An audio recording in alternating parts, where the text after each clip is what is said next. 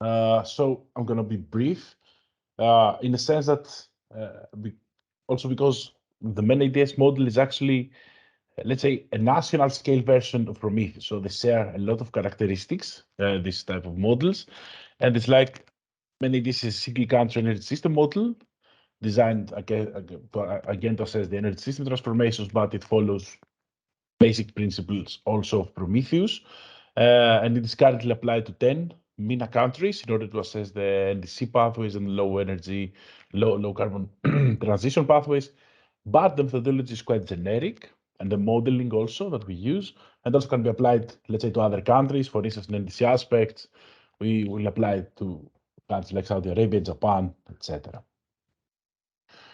So probably do not go into that. I mean, the main issue is that it, as usually data are more easy to get on the national level compared to other models. Here we have a better sectoral granularity. So for instance, in industry, we have up to 10 sectors, depending on data availability, of course, but usually data are available. So we have iron and steel, separately cement, non-metallic minerals, paper and pulp, and all these types of specific subsectors. And also in transport, we cover 6 different passenger and freight modes. So road, rail, navigation, aviation, and all the different, can be other passenger or freight. So we cover all these different things, but at the national scale.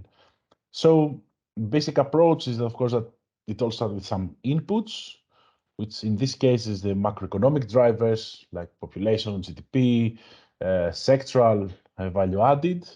Also the global fuel prices, because now it's a national scale model, so it has to assume something about the global fuel prices, and also about the cost of different technologies, policies, etc. And then there are 2 specific modules, the demand and supply module. The one, of course, has a focus on the energy demand by sector, like transport, buildings, etc. The other focus on the supply side, especially power generation. And finally, there's the output of all that, where the 2 models actually converge through some iterations and let's say provide the final output, which is the energy balances, projections about fuel mixes, energy consumption and supply, and of course emissions and system costs and investments. The slide about the input and output, probably I've just said. I mean, the level of granularity in this model can be quite high, as for instance, we can see here in the transport sector representation that splits into passenger and freight, and then passenger can be either private, so we have cars or 2-wheelers, and public, so it can be buses or other or coaches, etc. While also trucks can be separated to heavy and light duty, etc. So there are a lot of specific modes, so specific policies that cover these modes can also be simulated with that model, and of course all this depends on data availability. And on electricity sector, of course, it's simpler than the energy plant, so we do not have a full hourly simulation, but we have a capacity expansion problem. So looking into time horizon to 2050, tries to optimally allocate the capacity in order to meet increasing electricity demand with a simple unit commitment model in order to also decide a bit on the operation of the different power plant technologies in a specific year.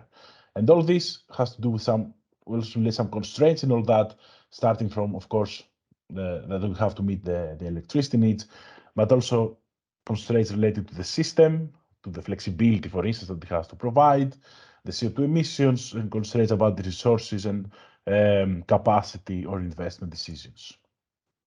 Probably do not go into that. It's the same as Prometheus, more or less. So the model has been used so far in order to assess the NDC and low emission strategies in specific countries like Tunisia and Morocco. It also, one quite important, let's say, implementation of the model was to assess the impacts, costs and benefits of developing energy infrastructure to link the MENA countries with the EU. We have done that, for instance, for electricity interconnection, but we can also do hydrogen. It can be very interesting in the future years. And also, what are the co-benefits of ambitious transformations, for instance, the reduced energy import dependence and employment creation.